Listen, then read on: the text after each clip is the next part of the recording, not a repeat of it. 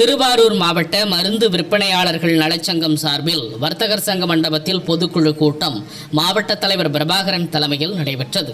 இதில் பங்கேற்ற தமிழ்நாடு மருந்து விற்பனையாளர்கள் நலச்சங்க தலைவர் செல்வன் தொடர்ந்து செய்தியாளர்களை சந்தித்தார்.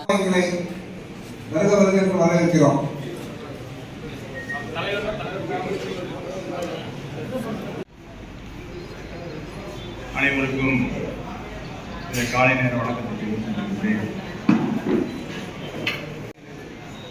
நாகப்பட்டினம் மாவட்ட மருந்து வணிக சங்கத்தின் சார்பிலும் இங்கே நன்றியை தெரிவித்துக் கொள்கின்றேன்.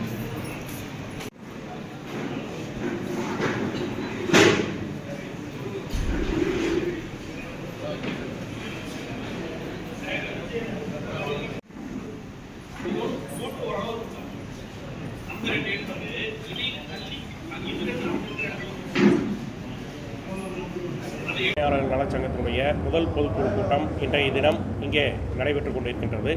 இந்த கூட்டத்தில் பல்வேறு மாவட்டங்களிலிருந்தும் மாநிலங்களிலிருந்தும் மாநில நிர்வாகிகள் மாவட்ட நிர்வாகிகள் கலந்து கொண்டிருக்கின்றனர். இந்த கூட்டத்தின் வாயிலாக ஒரு சில தீர்மானங்கள், மிக முக்கியமான தீர்மானங்கள் நிறைவேற்றப்பட்டிருக்கின்றன. குறிப்பாக மாண்புமிகு முதல்வர் அவர்களுடைய போதை ஒழிப்பு திட்டத்திற்கு முழு ஒத்துழைப்புகள் கொடுக்கப்படும் என்ற தீர்மானம் நிறைவேற்றப்பட்டிருக்கின்றது.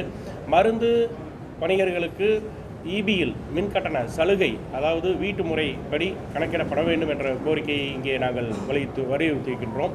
மத்திய அரசு தொடர்ந்து ஆன்லைன் மருந்து வணிகத்திற்காக சட்ட முன்வடிவினை இயற்ற முயற்சித்துக் கொண்டிருக்கின்றது.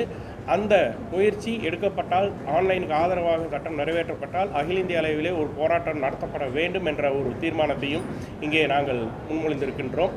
அது மட்டுமல்ல, ஃபார்மசி கவுன்சில் ஆஃப் இந்தியா என்ற அமைப்பினை மாற்றி ஃபார்மசி கமிஷன் ஆஃப் இந்தியா என்ற ஒரு அமைப்பை ஏற்படுத்த முயன்று வருகின்றனர் மத்திய அரசு. இதையும் நாங்கள் வன்மையாக கண்டித்து அந்த சட்டத்தை நிறைவேற்றக்கூடாது என்ற வேண்டுகோளை இந்த கூட்டத்தின் வாயிலாக வைத்திருக்கின்றோம்.